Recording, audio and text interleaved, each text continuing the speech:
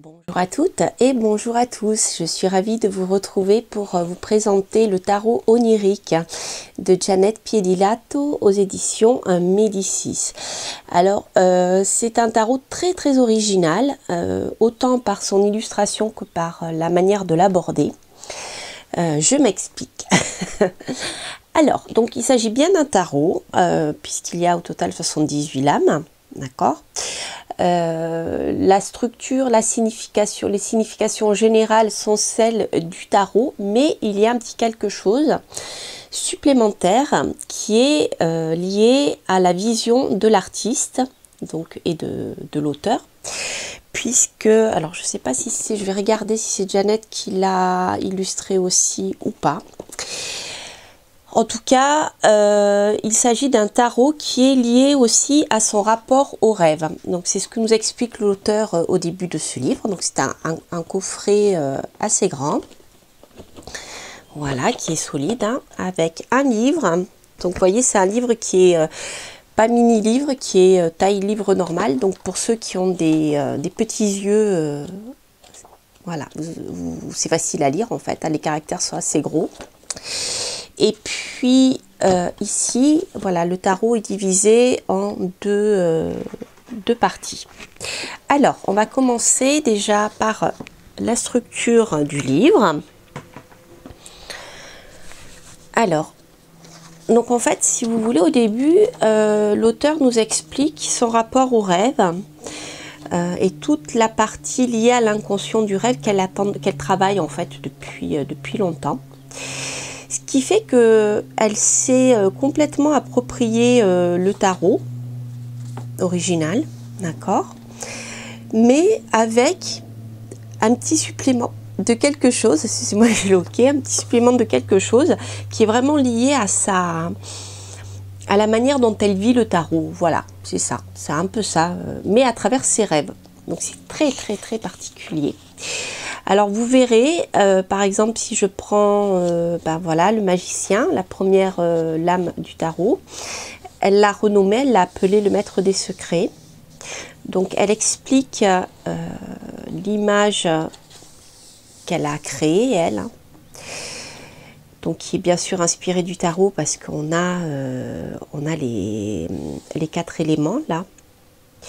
Mais il y a d'autres choses qui sont liées à la fois à ses rêves et à la fois à son travail sur les symboles. Donc il y a, voilà, ces deux parties-là qui sont abordées. Ensuite, dans un tirage, vous avez la position à l'endroit et à l'envers. Alors, j'avoue que pour certaines lames, moi, je rentre pas du tout dans sa création personnelle parce que voilà, comme je connais bien le tarot et surtout le tarot de Marseille, les lames pour moi ont une valeur qui est très riche, très large, mais très juste et quelque part très établie si vous voulez, et le système fonctionne par rapport à la signification des lames, puisqu'il y a beaucoup de choses qui sont je parle des arcanes majeures, hein, là pour le tarot de Marseille, et là j'avoue que je suis perdue par rapport à certaines choses. Donc je dirais que c'est un jeu qui est un tarot qui est peut-être pas fait pour les débutants si vous souhaitez apprendre à travailler avec le tarot de Marseille ou même le Rider, en sachant qu'ici on est plutôt dans l'esprit du Rider-Waite puisque les arcanes mineures sont illustrées. Donc vous voyez par exemple ce que je vous disais, qu'elle s'est approprié le tarot en mettant son propre ressenti en fait. L'as de bâton, il se trouve au niveau des éléments hauts, ce qui moi me gêne, même visuellement j'arrive pas, vous voyez, voilà. Donc c'est vraiment un tarot qu'il faut prendre comme il est, avec ce qu'a mis l'auteur dedans. Alors les illustrations c'est pareil, les illustrations sont là pour apporter une signification déjà en voyant les cartes sans forcément avoir lu le livre, mais c'est voilà, c'est vraiment quelque chose de particulier, je dirais presque à utiliser comme un oracle nouveau, vous voyez ce que je veux dire, on est vraiment c'est un peu si je peux faire le parallèle avec le tarot des rêves de Gaïa, il y a cette approche qui est très personnelle et qui finalement fait de ce tarot à autre chose que le tarot que l'on connaît. Vous voyez, on va au-delà. Par contre, ici, on a bien, si je ne me trompe pas, on a bien les 78 arcanes hein, au total, hein, les 22 majeurs et les 56 mineurs. Il n'y en a pas de supplémentaires comme dans le tarot des rêves de Gaïa. Voilà. Alors après, donc pour chaque carte, donc chaque carte est expliquée, vous voyez, comme ça sur 2 pages. Vous avez l'illustration, l'explication de son illustration, la signification qui est assez courte à lire, hein, voilà. Et ensuite, vous avez l'explication de la suite des bâtons avec chaque... voilà, les bâtons, les deniers, etc. Donc là, ici, c'est les pentacles. Et ensuite, vous avez des tirages. Alors, les tirages, il y en a au total 1, 2,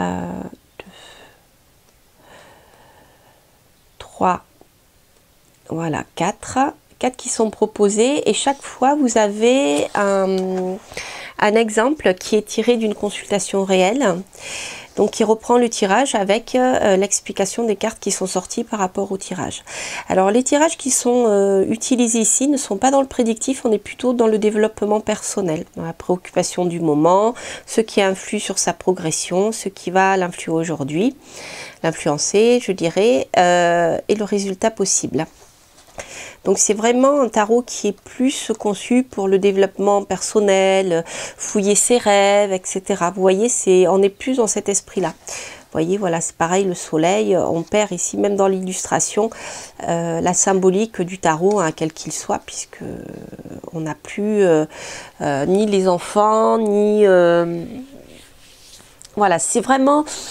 C'est un tarot qu'il faut prendre en l'état, je dirais, vraiment comme autre chose. Autre chose qu'un tarot tel qu'on a l'habitude de le voir. Alors, ce que je vais faire, hein, je vais vous montrer quelques cartes.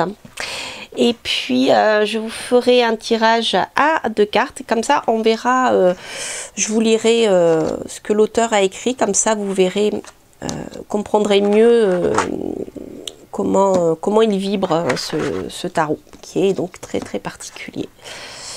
Alors, hop.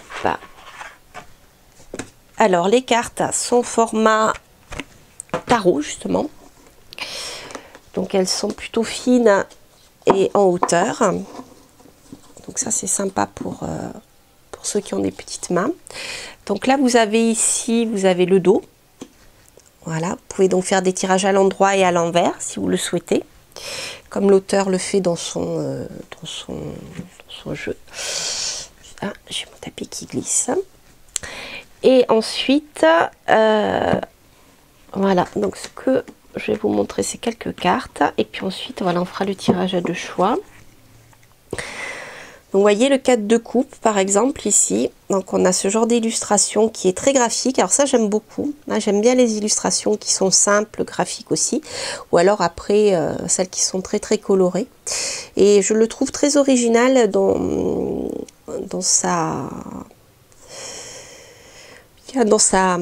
son imagerie et puis dans sa technique en fait. Voilà, c'est très je pense que ce sont des illustrations qui sont faites sur Illustrator à la palette graphique aussi, c'est possible. Et voilà, c'est très épuré, j'aime beaucoup. Donc vous voyez ici par exemple le 4 de coupe, et bien même dans l'imagerie on est loin du 4 de coupe du tarot de Marseille, puisqu'en plus voilà, on retrouve le fil de la vie avec les nornes, etc. Ici on a plutôt l'esprit de la roue de fortune. Vous voyez, c'est vraiment très particulier. Alors là on a le 5 de coupe,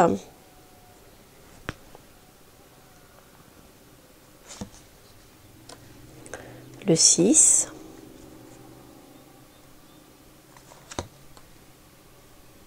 le 7. Donc moi je dirais même plus que c'est un tarot, enfin c'est un jeu qu'on peut travailler avec l'image, avec le 8 de coupe. Vous voyez, le 9,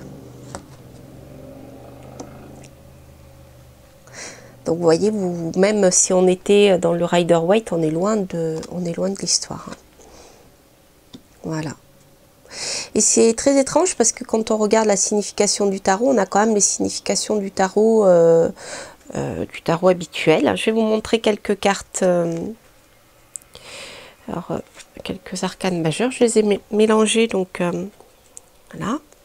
Le 3 de bâton, vous voyez, c'est très particulier. Hein.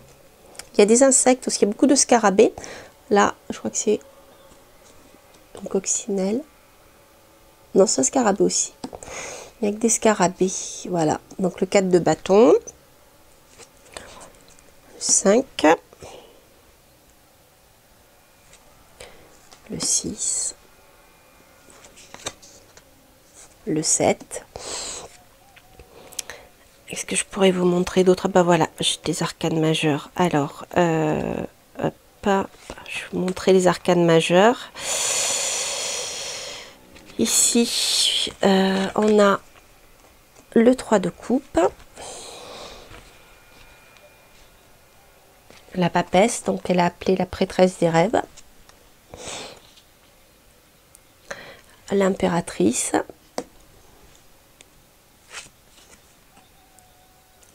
l'empereur,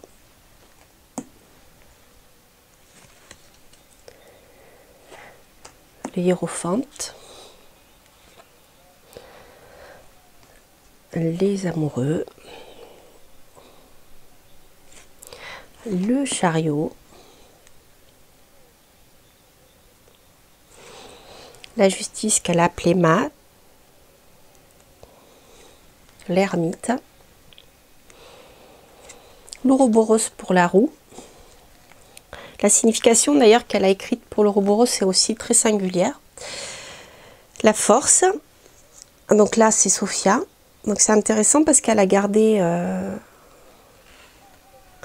la numérotation du Marseille, le pendu. Là on a notre pendu habituel, hein, à peu près. La mort qu'elle appelait le renard avisé. Vous voyez, il faut vraiment rentrer dans son monde. Hein. C'est très particulier. Voilà, la tempérance. On n'a pas d'eau, hein, d'ailleurs, vous voyez. On est plutôt dans la terre. Le diable. La tour, la maison de Dieu, qui elle appelait la tour divine. L'ange des rêves pour l'étoile. La lune. Le soleil, vous voyez, je vous disais, le soleil est très particulier. Il me fait penser un petit peu à un jeu auto-édité que j'aime beaucoup d'ailleurs, qui est simple comme ça, avec des coups de crayon. C'est pareil, fait sur, je pense, avec une palette graphique. J'ai oublié son nom. Je vous le dirai. Je l'ai utilisé il n'y a pas longtemps dans mes guidances. Voilà, le jugement.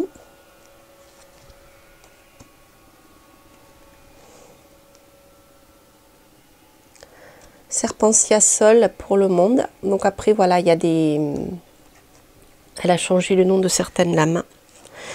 Et après, après, je sais pas, ils se sont mélangés. Pour les autres arcanes, je regarde si je les ai sous la main pour vous les montrer, puisqu'il manquait... ah ben il est là.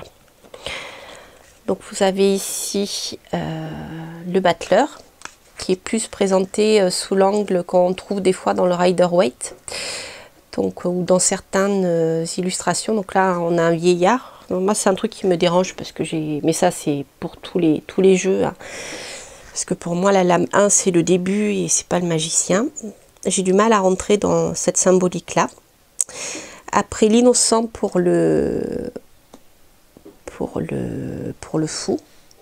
Donc là c'est l'illustration que vous trouvez sur l'arcane, sur la boîte en général. Voilà, et donc je vais vous montrer la dernière carte qui est l'esprit de coupe. Vous voyez, on ne retrouve pas le cavalier, le valet, ça a été attribué à d'autres... elle a donné d'autres noms au valet, au cavalier, donc on sort vraiment du tarot habituel. Voilà. Alors, ce que je vais faire, je vais vous proposer rapidement, parce que je vois que ma vidéo est assez longue. Et je vais vous lire la signification. Je vais vous proposer un tirage à 2 choix. Et je vais reprendre mes petites fleurs, puisque nous sommes au printemps. Donc on aura la petite fleur bleue et la petite fleur rose. Donc je vais vous lire simplement le texte qu'elle a écrit sur la signification qu'elle a attribuée à ces lames. Je vais y arriver, poser une question pour chaque petite fleur. Ou alors une question et vous choisissez une fleur. Et je vais tirer une carte de ce tarot pour voir comment il répond. Alors, les cartes, ah oui, elles sont de très très bonne qualité. Hein. Elles sont assez, voilà, elles sont pas très fines, elles sont pas ni épaisses ni fines, elles sont, je trouve, bien. Et elles glissent très très bien. Elles sont quelque chose qui est, voilà, un après qui est très... Voilà, alors on va voir. Hop, le livre. Donc, pour ceux qui ont choisi la petite pensée rose, on a ici, bah écoutez, on l'a eu tout à l'heure, c'est rigolo, la dame de coupe. Alors, la dame de coupe. Hop, je le fais en feuilletant, mais normalement, vous avez le sommaire. Alors, la dame de coupe, elle est... La dame de coupe, oui, voilà, c'est ça. La dame, en fait, c'est l'équivalent de la reine de coupe. Elle nous dit, dans un tirage, gentillesse et compassion, la femme qui donne d'elle-même, accordant à la fois sagesse et don physique à tous ceux qu'elle rencontre. Non conventionnelle, respectueuse de l'environnement et d'un code de comportement interne. Donc là, elle explique très brièvement la signification. Donc on va le prendre à l'endroit hein, de du personnage. Donc ici on a plutôt la dame de cœur, hein, je dirais. Je vais vous lire quand même un petit peu du texte à côté. Maîtresse du mariage sacré, la dame de coupe ne se consacre pas à un rôle imposé par des dogmes dépassés et dans les attentes qui s'en suivent. Elle est unique car elle suit son cœur dans la conduite de sa vie et de ses relations selon son code d'éthique interne. Elle va à contre-courant alors que le poisson remonte le courant d'émotions qui se déverse d'elle. C'est une femme à l'aise dans de nombreux rôles et situations. Elle est flexible, créative, imaginative, intuitive, fidèle et capable dans chaque rôle qu'elle choisit. Romantique et passionnée, elle répand de la compassion sur tout ce qu'elle rencontre. Elle peut devenir lunatique et irréaliste car elle est sous l'influence de la lune. Mais le plus souvent, elle maîtrise les changements d'émotions en harmonie avec les cycles lunaires. Elle embrasse le ciel et la terre et le ciel, l'eau et la terre, toutes les créatures et tous les éléments, apportant le feu de son amour à chacun. C'est une fidèle compagne qui s'occupe avec amour et soin de tous ceux dont elle doit s'occuper. Elle protège farouchement ceux qu'elle aime et est intelligente et ingénieuse pour maintenir le bien-être de ses ouailles. Elle s'occupe de la terre avec passion et soutient les campagnes environnementales, cherchant à protéger le bien-être de la terre, de l'eau, de l'air, de toutes les créatures manifestes, luttant avec passion pour la sécurité de chaque communauté. Vous voyez, voilà, on a cette approche-là. On va voir maintenant pour ceux qui ont choisi ce tirage-là. Eh bien, écoutez, nous sommes dans les coupes avec l'esprit des coupes. Alors ici, l'esprit des coupes revient à peu près comme le cavalier, si vous voulez. Alors ici, dans un tirage, nous avons élève créatif, intuitif, artiste, capable d'insuffler espoir, optimisme et amour à toutes les situations. Enthousiaste, dévoué, fidèle, un véritable chercheur et un érudit, éducateur qui aime son travail. L'esprit de coupe, illustré par une silhouette féminine, baigne dans les eaux de l'inconscient, la sagesse du vrai savoir, qui soutient cette représentation féminine dans sa confiance en la vérité dans toutes ses activités. Elle est entièrement dévouée au chemin de l'apprentissage et souhaite lui accorder toute son attention. C'est une étudiante idéale par son enthousiasme à apprendre, car c'est sa passion. Qu'elle recherche son chemin à travers le rêve ou l'imagination, ou dans la sagesse du travail écrit par des générations d'enseignants avant elle. Elle dévore les ouvrages rencontrés dans ses études. Elle fait confiance à l'état de grâce qui ouvre l'amour cosmique et sait qu'elle ne sait pas. Elle cherche à bannir son ignorance en la remplaçant par la grâce donnée par son dévouement continu aux études. Elle ne se laisse pas de chercher les réponses et d'apprendre des choses nouvelles. Elle est passionnée et ne se laisse pas décourager par les défis, les difficultés, les frustrations le long du chemin. Elle reste concentrée et n'est pas détournée de son objectif d'apprendre et de grandir. Pour elle, l'étude n'est pas un travail mais sa vocation. C'est simplement une passionnée de sagesse. Elle irradie le potentiel de la vraie créativité, manifestant la grâce divine et acceptant les dons extérieurs autant que ses faiblesses, sachant que tout est tel qu'annoncé. Tout ce qui vient est accepté, elle fait confiance et offre l'espoir à tous. Voilà, voilà, donc je voulais vous lire les textes et voir comment ils résonnaient par rapport à un tirage pour voilà, vous montrer comment vous pouvez travailler avec, avec ce jeu de tarot qui est vraiment très très singulier. Donc il s'agit du tarot onirique Explorer les profondeurs de votre inconscient par Janet Piedilato aux éditions Médicis. Piedilato, oui, il n'y a pas de T. Voilà, et bien écoutez, je vous embrasse, je vous souhaite plein de belles choses. N'hésitez pas bien sûr à liker, à vous abonner si vous passez par là et à commenter. J'ai toujours grand plaisir à vous lire et bien sûr je vous réponds quand j'ai un petit moment et que je peux le faire. En tout cas, sachez que je vous lis, j'ai toujours grand plaisir à le faire. Je vous embrasse et je vous dis à très bientôt pour de prochaines aventures. Portez-vous bien. Bye bye.